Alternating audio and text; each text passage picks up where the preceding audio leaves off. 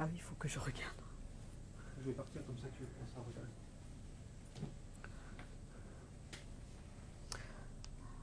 Ah, super.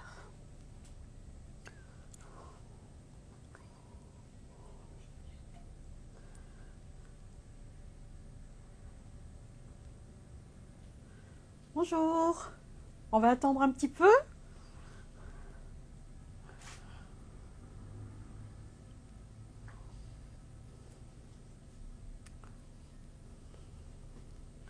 Attends, je vais mettre... ça, je coupe le son, non? Bon, voilà, je suis en train de faire un petit peu de le réglage et puis après, ben, on va pas tarder à commencer. Je vois qu'il y a du monde qui commence à arriver, donc ben, ce soir, comme prévu, nous allons voir donc une petite recette coréenne qui s'appelle Dojang Jjigae.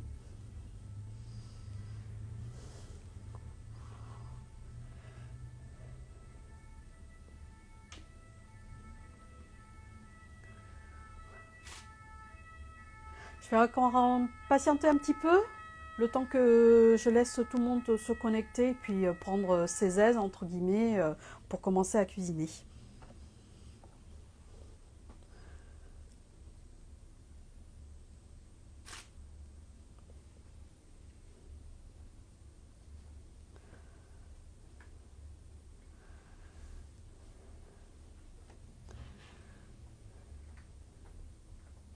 Bon, bah, je pense que là c'est bon, on va commencer. Bah, je me présente de nouveau au cas où si vous ne me connaissez pas.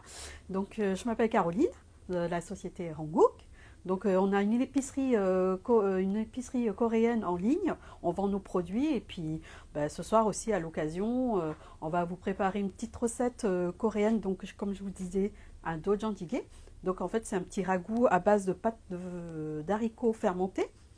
Donc voilà, c'est à base de cette pâte coréenne d'haricots qui est fermentée et qui a un petit goût assez particulier, qui sera à la base de notre ragoût de ce soir. Ensuite, comme je vous ai dit, je ne sais pas si vous avez eu le temps de regarder sur notre site la partie blog où je vous ai dit de préparer les ingrédients donc nécessaires pour ce soir pour le dojang. Ce soir, on va le faire façon, on va dire, vegan.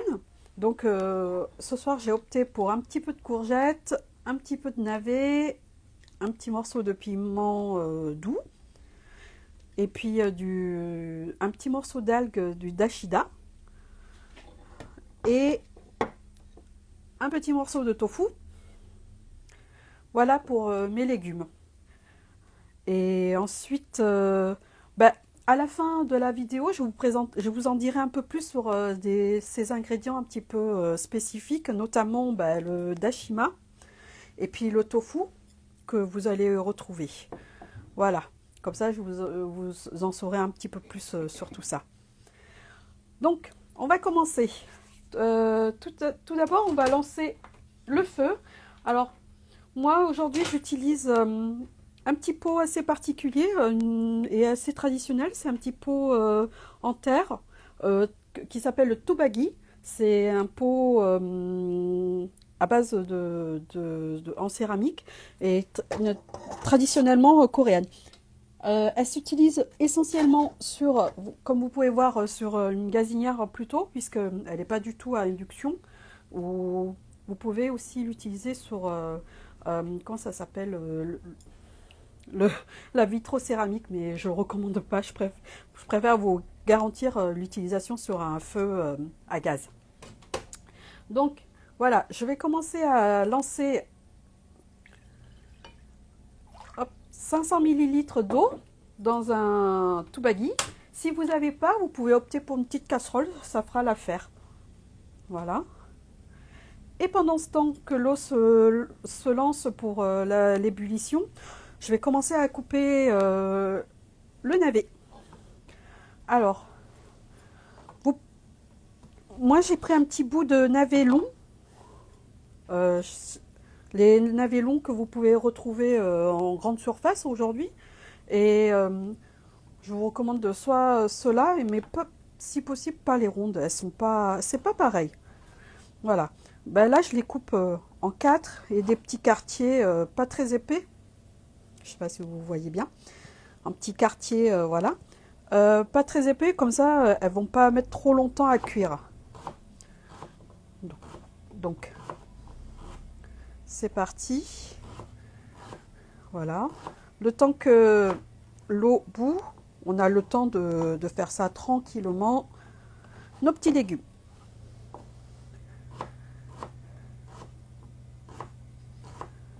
Donc, je les coupe. Pas très épais.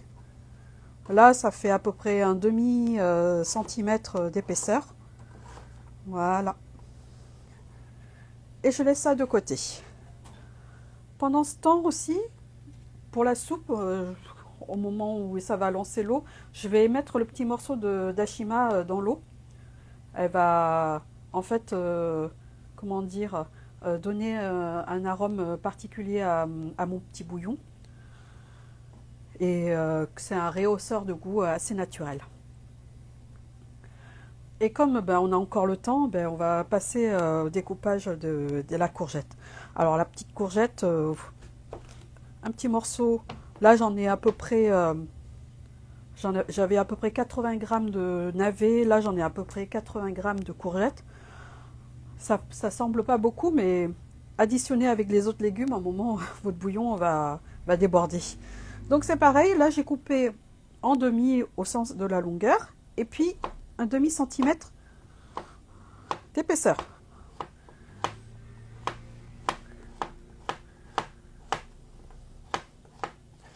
Voilà, hop, ça, comme vous voyez, on peut le faire tranquillement.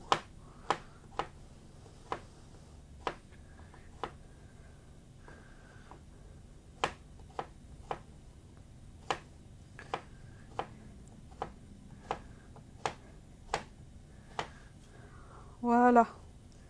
Donc là, j'ai mes navets et mes courgettes. Alors, pendant ce temps, là, l'eau, elle va bientôt bouillir de mon côté. Je vais rajouter dans mon bouillon au moins bien une bonne cuillère à soupe de la pâte d'ojan, la pâte d'haricots fermentée. Là, elle se présente un peu comme ça. Alors, à sa première ouverture, elle est un peu plus claire. Et puis, avec au fil du temps, elle devient un peu plus foncée au frigo. Vous conservez ça au frigo facilement bien des mois. Et même si elle passe au-delà de sa date de péremption, elle est encore bonne. En fait, la différence, c'est qu'elle va être un petit peu sèche. Voilà. Moi, je commence à mettre dans la soupe. Comme vous voyez, ça fait une grosse pâte bien épaisse. Donc, à l'aide d'une autre cuillère, je la mets là-dedans et j'essaye de la diluer directement.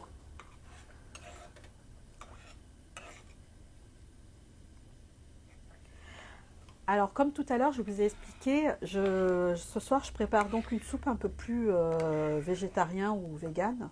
Enfin, non, végétarienne, on va dire, parce que je vais ajouter d'autres.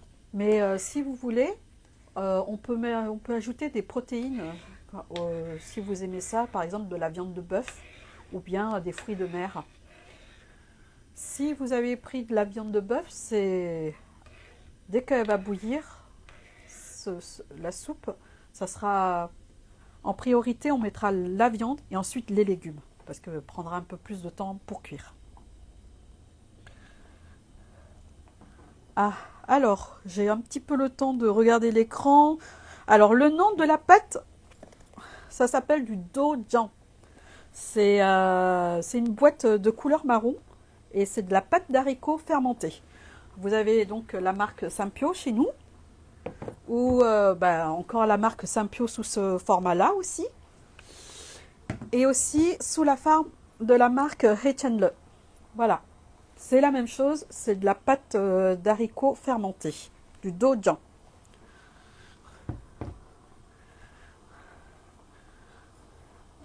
Après, surtout à la fin de la vidéo, n'hésitez pas, j'aurai plus le temps de regarder l'écran et vos questions et pour répondre.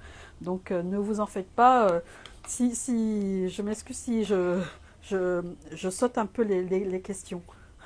Voilà. Donc, voyez, là ça commence à bouillir et mon algue a un peu, comment dire, doublé de volume.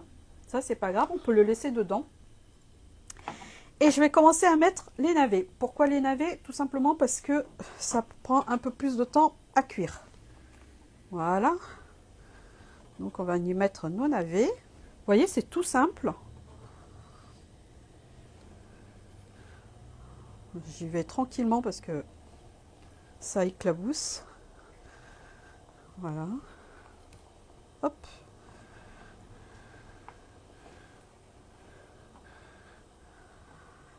Et voilà.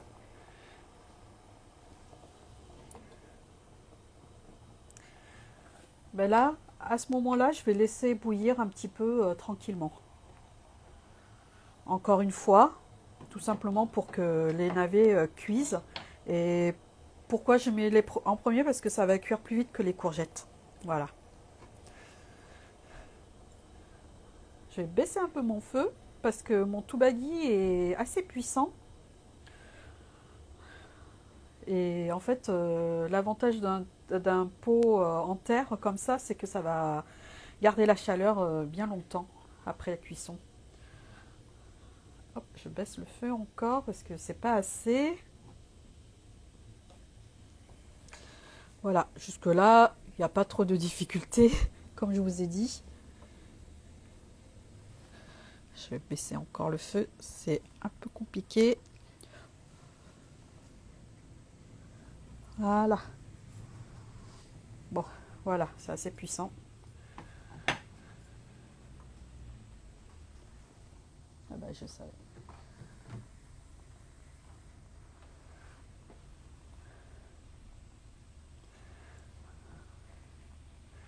Voilà. Vous voyez, je vais laisser cuire d'abord les navets encore bien 5 minutes. C'est... Donc ça sera un plat pour, je dirais, pour deux. En fait, c'est assez suffisant. Mais en fait, ça dépend de votre appétit. Pour une personne, c'est aussi bien. Ou pour deux. Si vous avez d'autres accompagnements, notamment enfin, du riz et puis d'autres plats à côté pour votre repas. Donc, là, je n'ai pas trop regardé le temps, mais je pense que ça a bien pris un petit peu 2-3 minutes.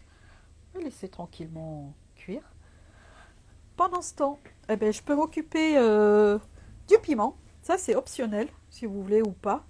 Il y a des piments un peu plus doux ou plus forts. Ça, c'est comme vous voulez. Donc, ben, je vais couper un peu. Voilà. Moi, je coupe assez grossièrement. Comme je vous ai dit, c'est vraiment facultatif. Alors, rien qu'à l'odeur, moi, je sais que ça va être un peu fort. Donc, si vous voulez passer cette étape, vous pouvez. Il n'y a pas de souci. Comme je l'ai dit, en fait, un dojan jjigae, c'est un petit peu un ragoût, entre guillemets, c'est pas du tout péjoratif, mais un peu un ragoût fourre-tout, où vous pouvez faire facilement, ben, voilà, là ce soir, je l'ai fait aux légumes avec des navets, courgettes et du tofu. Vous pouvez aussi également faire au bœuf et du tofu, tout simplement, avec un peu de navet. Enfin voilà, c'est comme vous voulez. Aux fruits de mer également, plus des crevettes ou des moules, c'est comme vous voulez. Alors, je vois une question, je vais la prendre. Est-ce que...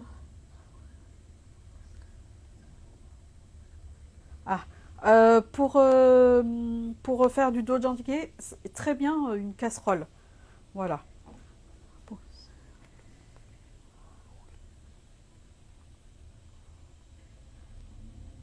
Et ah, non, excusez-moi, j'ai mal compris la question. Qu'est-ce que c'est que j'ai utilisé ce soir pour la cuisson du dojan jjigae? C'est un tteokbagi. Un tteokbagi, c'est un pot en terre, c'est un pot traditionnel en terre coréen. En fait, l'avantage de ces petits pots, c'est que ça maintient très longtemps la chaleur et bah aussi, bah, au niveau esthétique. Bon, il n'y a pas que ça, mais au niveau esthétique, c'est voilà, c'est le pot traditionnel. Mais après, à la maison, si vous n'avez pas ça, vous pouvez faire avec une casserole, ça va très bien. Voilà. Désolée si j'avais pas bien compris la question. Donc ça fait un petit moment que mes navets sont lancés. Et ben, je vais pouvoir ajouter mes courgettes. Pareil, vous voyez, c'est vraiment par étapes et du bon sens dans des légumes, la cuisson des légumes. Donc là, je suis en train de mettre tranquillement mes courgettes.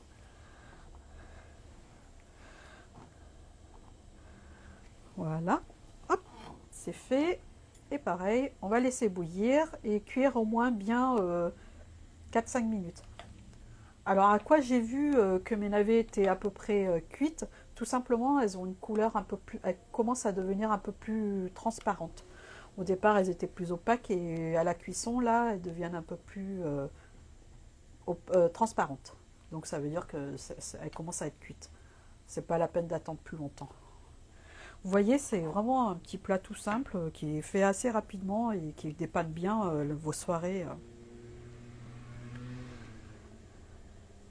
Voilà.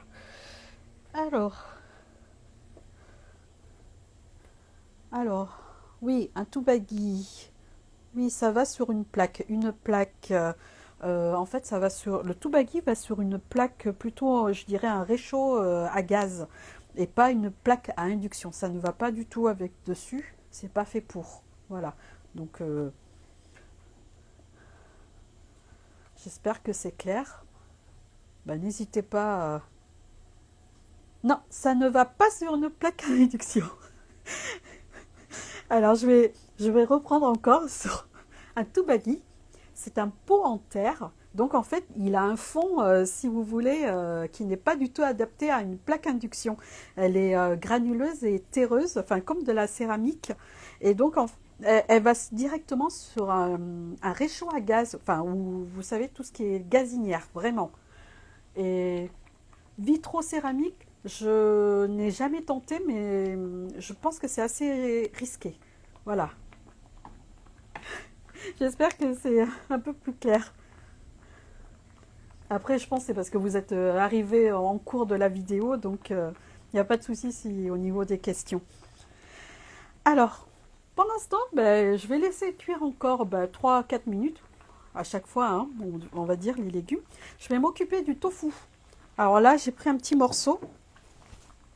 Alors chez nous, on vend le tofu comment dire, voilà, c'est ce produit-là, ou également celui-ci, le tofu. Vous avez les deux. Alors celui-là, c'est en fait la bleue, elle est un peu plus ferme et la rouge est un peu plus soyeuse. Il n'y a pas beaucoup de différence au niveau du goût, c'est juste une question de texture. Vous pouvez opter pour la rouge ou soyeuse ou la bleue plus ferme. Il n'y a pas de souci. Alors, son utilisation, c'est dès que vous ouvrez, c'est si possible l'utiliser assez rapidement. Ou sinon, après, elle peut se conserver au frigo.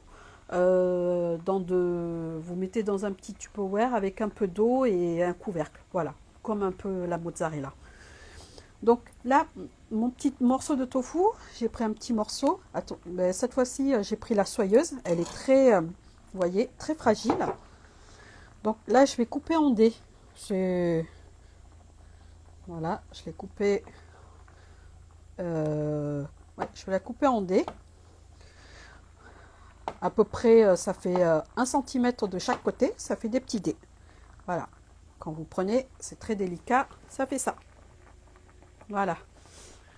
Ça, on peut mettre un petit peu à la dernière minute du plat. Vous voyez, en fait, c'est très simple et je suis presque finie. On va juste goûter l'assaisonnement. C'est vrai que c'est quelque chose que je n'ai pas rectifié. Voilà. En fait, je ne vous ai pas mentionné tout à l'heure. Attendez, je vais baisser un petit peu le feu.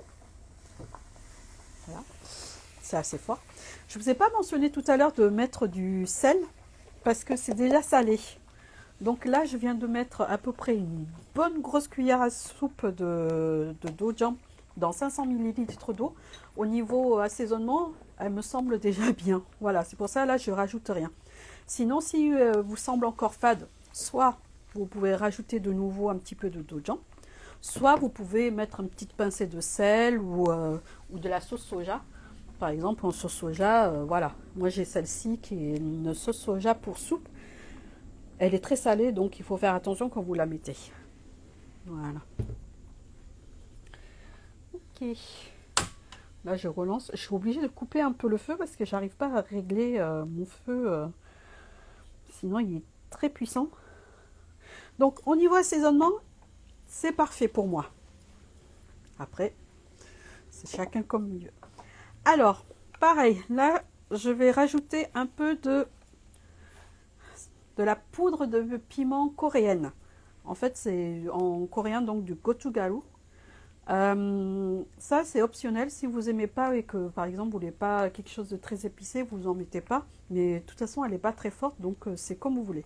Vous pouvez mettre une grosse cuillère à soupe ou une petite cuillère à café. Là, je mets une petite dose, voilà.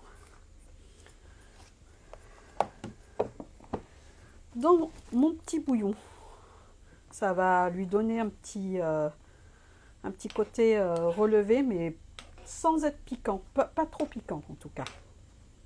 On aime bien ça. Voilà. Donc, j'attends un petit peu qu'il frémisse tranquillement. Et je vous ai donc évoqué tout à l'heure donc de la poudre de piment coréenne.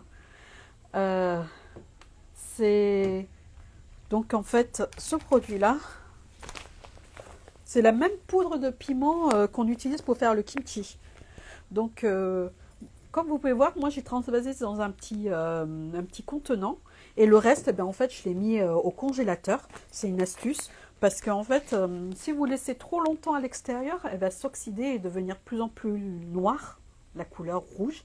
Elle va perdre cette couleur rouge vivace. Donc pour cela, pour maintenir la couleur et les saveurs de cette poudre, moi je vous conseille de congeler dès que vous n'utilisez pas, pas tout le paquet.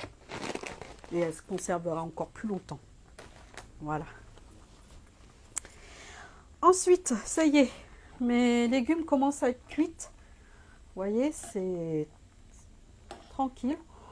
L'algue, je l'ai laissé parce que mon mari le consomme. Donc il n'y a pas de souci. Vous pouvez le laisser, vous pouvez le retirer à ce moment-là. Et là, je vais commencer à ajouter délicatement le tofu. Là, c'est une autre opération. Hop. Voilà. Vous voyez. En fait, cette recette toute simple demande peu de préparation par rapport à la cuisine traditionnelle. Et elle se fait assez rapidement et même en cuisson. Voilà. Vous voyez, j'ai même pas mis à peu près 20 minutes pour tout préparer. Donc, je remue pas trop. Et pareil, je laisse de nouveau porter à l'ébullition. Et pendant ce temps, je vais rajouter mes morceaux de piment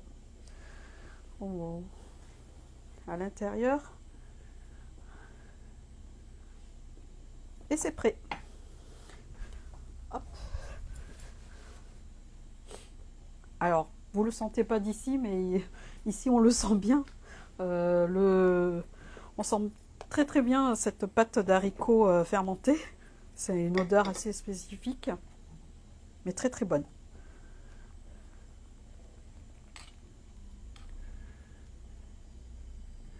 Donc à la fin de ma vidéo, on va poster le replay sur les réseaux sociaux, comme d'habitude.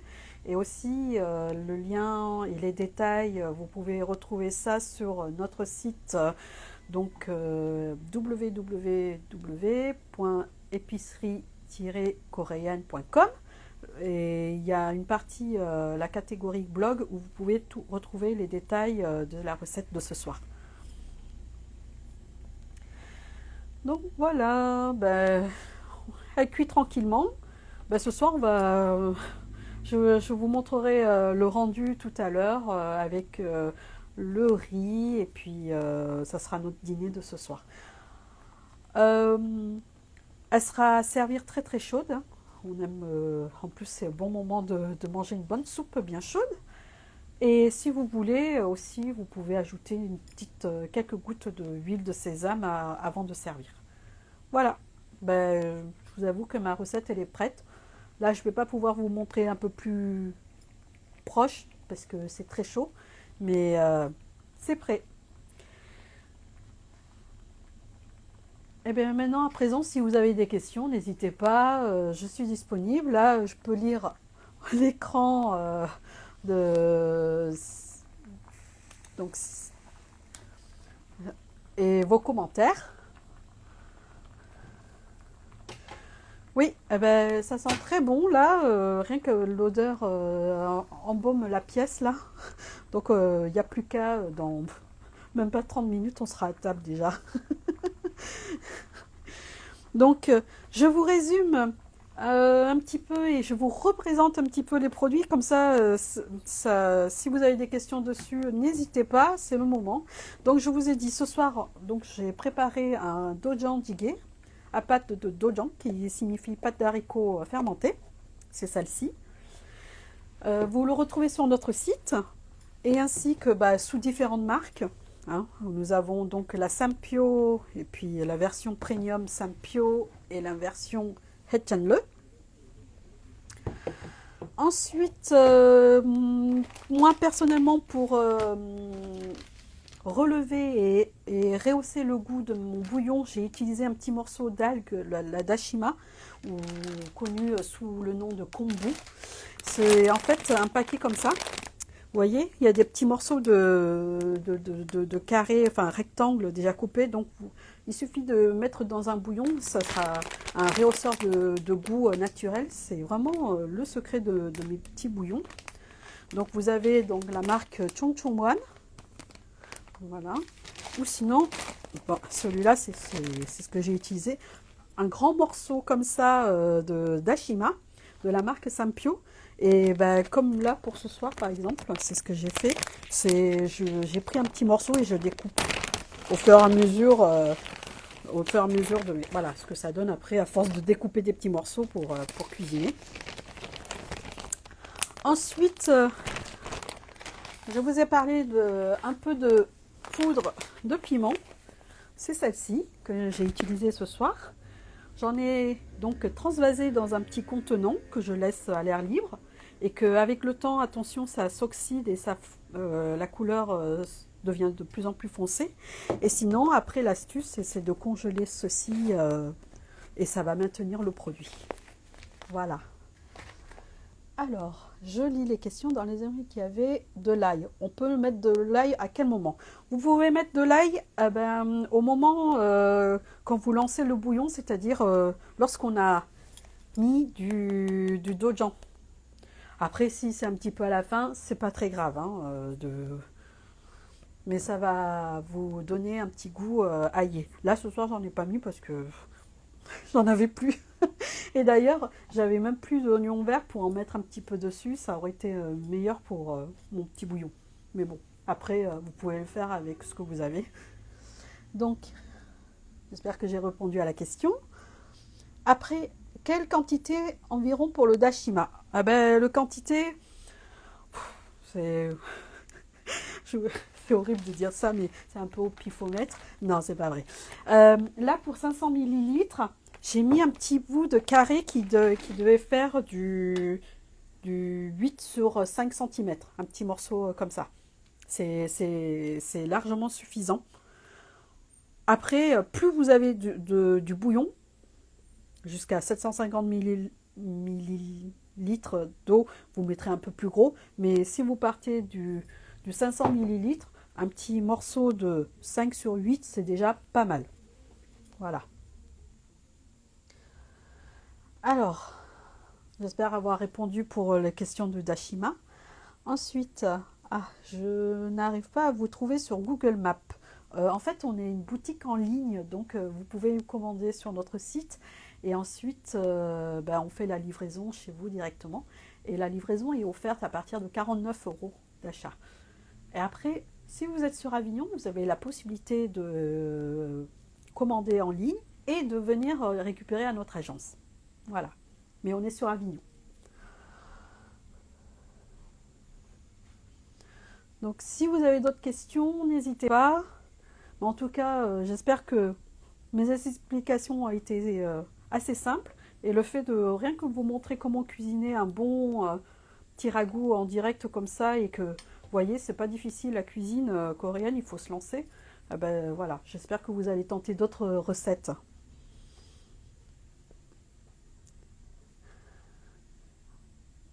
Bon, bah écoutez, en tout cas, ça fait un plaisir de passer un petit moment avec vous. Et puis, bah, je pense qu'on aura encore d'autres lives comme ça. Et j'espère que ça vous a plu. Et à très bientôt. Merci.